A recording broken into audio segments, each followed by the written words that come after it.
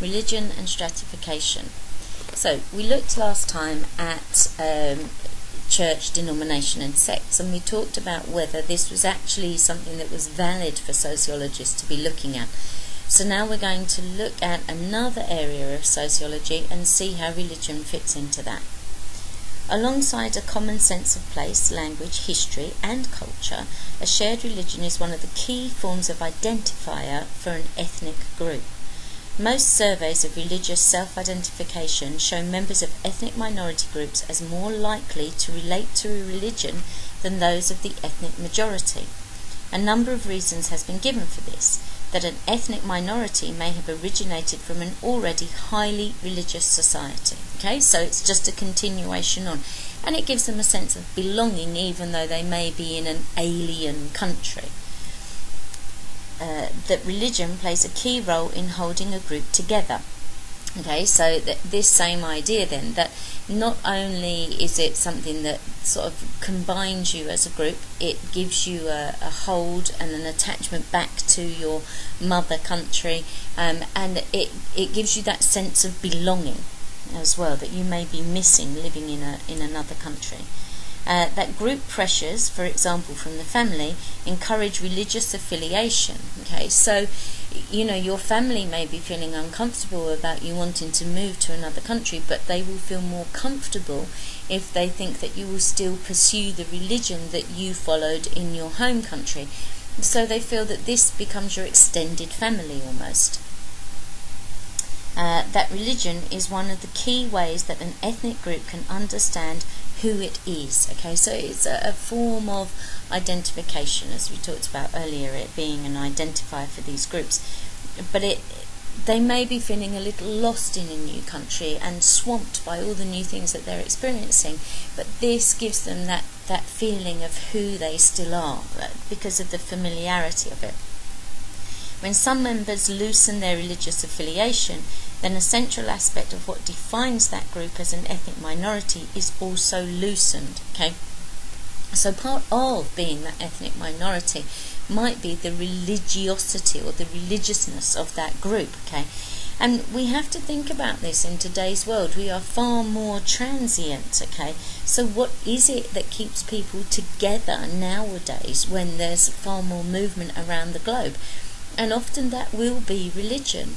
I have to say, from my own experience, religion and the participation in religion is something that I don't do now that I'm in Dubai.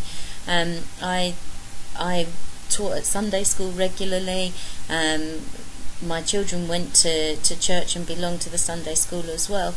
And yet, since I've come here, I think I've been to church 3 times, maybe in 5 years, which is quite surprising because it was such a huge part of my life. But also, it's important to me that the religion I experience suits my needs for what religion is as well. And that's very difficult to explain in the sense of, I have a degree in religious studies, and I can't go into a kind of naive service almost. I'm very, very questioning about what is said. And so that's kind of why I found it really difficult to be a part of that community now that I live out here. But that hasn't stopped me from being myself. But for some people, that's something that they can't give up, and it helps them to feel that that's still a part of them when they're there. But people are far more adaptable to change in today's world. Okay, so that's ethnicity. Let's have a look at gender. Statistics for gender and religion show a marked difference in terms of participation, where rates of attendance for women are far higher than for men. For example, 2/3 of churchgoers in Britain are women. This ratio is also consistent across ethnic minorities. They are also, according to Grace Davey, more likely to engage in private prayer. Okay, now here again, thinking back to my own situation, I don't actually feel the need to have to join with other Christians to understand about Christianity. I know that the teachings say that where 2 or more are gathered in my name, there too will I be. But for me, I don't actually need that, discussion with other people to understand what I think about religion. So actually my religion has become far more private for me as opposed to participating. And if I'm honest, the participation within the church was very social for me, and often for women within the church it is a social thing. They will go along to church, they will help with the flower arranging, they'll clean the church, they'll teach at Sunday school like I did. I went the first time when I started at the church that we were at before we came out here, and I went in with my 2 children to put them into Sunday school, and 20 minutes later I was taking a group of 17 children, and it was like, hold on, I came in to get rid of 2 and I ended up with 17 to be looking after. So those things are played upon by a church, and those skills of women are utilised. So you have to think about these things, and I have a friend who was on the rota for mowing the lawn outside of church, and he said he actually hated mowing the lawn, and he remembers being outside church mowing the lawn and thinking, I have to keep smiling because I'm outside church and I have to look like I'm enjoying it and I'm doing this for good reasons.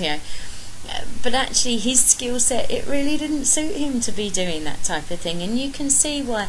Therefore some men may turn around and go, actually this is my day off, I don't want to be doing these types of things. Okay, now if we look at the table, and sorry I didn't look at the table to do with ethnic groups.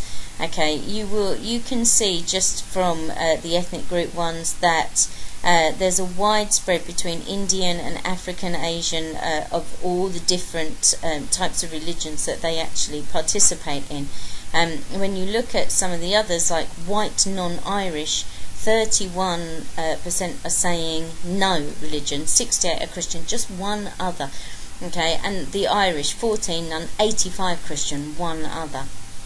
So that spread of religions really isn't there. Caribbean, 1 Muslim, 28 Caribbean, 28 none, and 69 Christian. Okay, so across them Christianity is dominating. In certain cultures, that kind of comes through as well. The idea of none as well. Interesting that in the Chinese survey, 58% are saying none. Okay, and that's very much a part of the culture as well. Hinduism predominating in African, Asian, Sikh in Indian, and Muslim in Pakistani and Bangladeshi. Okay, so not really big surprises there. Okay, if we look at the table to do with attendance at religious service between males and females, once a week or more, you can see it's actually very similar. But it's when it starts to change to less often, but at least twice a year, females start to get a little higher in those numbers. Actually, the numbers aren't vastly different until you get to never or practically never. Okay, suddenly we've got 53% of the men saying never. Okay, but even so, 44% of the females. So, it's still a large percentage. And actually, if you look across those percentages, that's saying that almost half of the people don't go to church. Never or practically never. Okay. So, although there's this thing made about the fact that it's women as a majority who go to church, actually from that table the difference isn't that huge. At first sight, these findings would seem paradoxical. Most world religions are strongly patriarchal in nature, seeing God or his earthly incarnations and messengers as male, emphasizing a view of the world as male and women as subordinate to men. In the Bible, the temptation of woman, Eve, is seen as responsible for the fall of man, Adam. More generally, in most religions, to be born a woman is viewed as a punishment. Okay, I think that's maybe a massive oversimplification. That being born as a woman is seen as a punishment. I understand with concepts of reincarnation that some religions would say that to be born a man is a better thing because the men are the ones who can move through the stages of life and then move out of the cycle of birth and rebirth. However, to be born as a woman, that's difficult to say that it's perceived as a punishment. I think society has moved on somewhat, or I would hope so.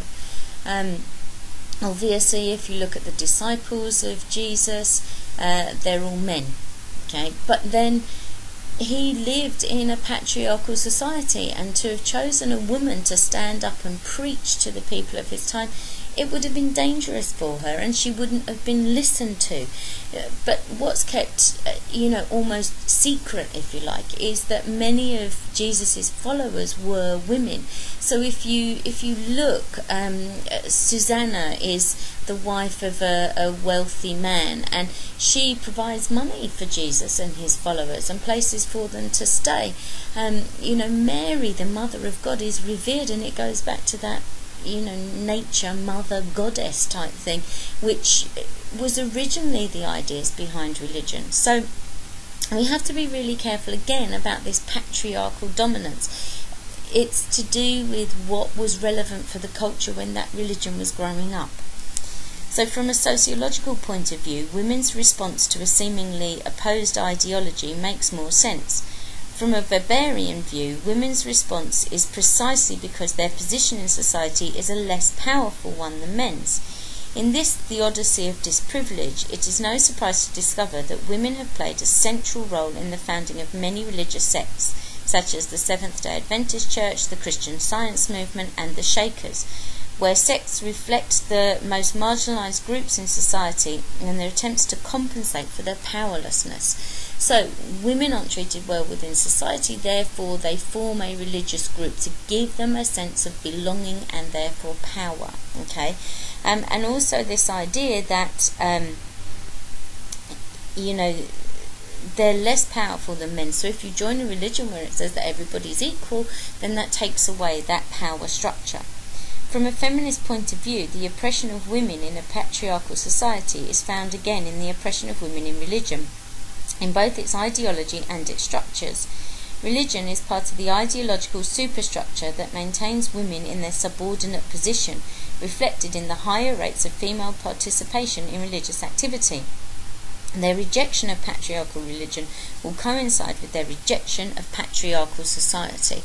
Okay, so our feminists are saying, look, women still, they can put up with being dominated by men, and until they get used to that idea in society, they won't get rid of religion as well, because it's just an extension of what they're experiencing within the society.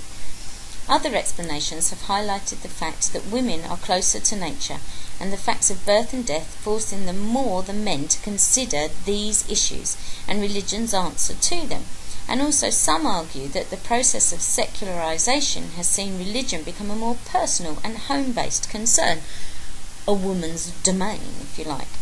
It is also connected with age. Religiosity is at its lowest among the middle-aged and highest among the younger and older sections of the population. As women have a greater life expectancy than men, their religiosity is sustained longer into old age. Okay, so when women are young, they may be thinking about, having children, the future, whatever else, and so religion gives them answers to things. And then as they get older, then the issues of death start to be more prevalent for them, and women also live longer, therefore you will have more old women being members of the church. There is also a marked gender divide in attitude and belief, men being more likely to see God as powerful and controlling, and women tending to see God as loving, comforting and forgiving. Okay, so again, those ideas of, the stereotypical views of men and women. This is also true of New Age religions. As Steve Bruce comments, the parapsychology and esoteric knowledge side tends to be male. The healing, channeling and spirituality side tends to be female, okay?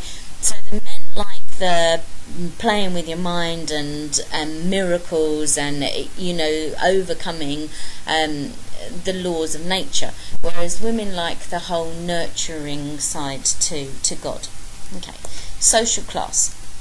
The pattern of participation by social class is equally paradoxical. The main pattern is that, dividing the main social classes into only two groups, members of the middle class are the most likely to participate in religious activity, whereas they are also the least likely to profess a belief in God. Steve Bruce expresses this as follows: the middle classes are much more decisive in their religious behaviour and narrow in their use of terms to describe it. More middle class than working class people are involved with the church, but those who are not are less likely than their working class counterparts to claim religious beliefs or describe themselves as religious. Okay, now it really does depend on how you define religious when it comes to this. When I used to teach RE, children used to ask me if I was religious, and I used to ask if it mattered, right? Because you don't have to be old to teach history, okay, or you don't have to be French to teach French, right? But for some reason people thought you had to be religious to teach religion, and actually I used to say to them, well, maybe it would be better because I could stand back from the topic more if I wasn't personally involved in it, and therefore teaching world religions was something that was easier for me to do. Okay, and when students used to say to me, are you religious, I used to stop, and then when I would say, well, you know, I go to church every Sunday, I teach at Sunday school, and all the other things that I did, you know, involved with the church, then yeah, I obviously I am religious. But I've experienced people who give themselves that label of being religious, and to me that's not really what it's all about. Okay, it's kind of, it's fake and it's done for effect as opposed for the personal results that a religion has on you, or you know, your personal interpretation of it. And therefore I think this is what Bruce is talking about here, that your middle classes maybe do go along to church, but that's just a part of their life, and therefore they don't necessarily think of themselves as being religious. They wouldn't use that terminology. So we have to be really careful about how terminology is used. I actually find it quite surprising that the middle class are the ones who are the ones that go to church. It's almost like it's a continuation of social interaction. You know, so your poor don't go to church because, you know, that they're too poor to go. No, again, you think this would be something that would provide them with comfort, and your rich don't go because they're too busy swigging champagne and can't find the time to go to church. You know, again, it's a bit of an oversimplification, and here they've only divided the classes into two groups. So, you know, quite where the middle class come, I'm not too certain in that sense. So I think this one is the most ambiguous of the differences that come up in stratification.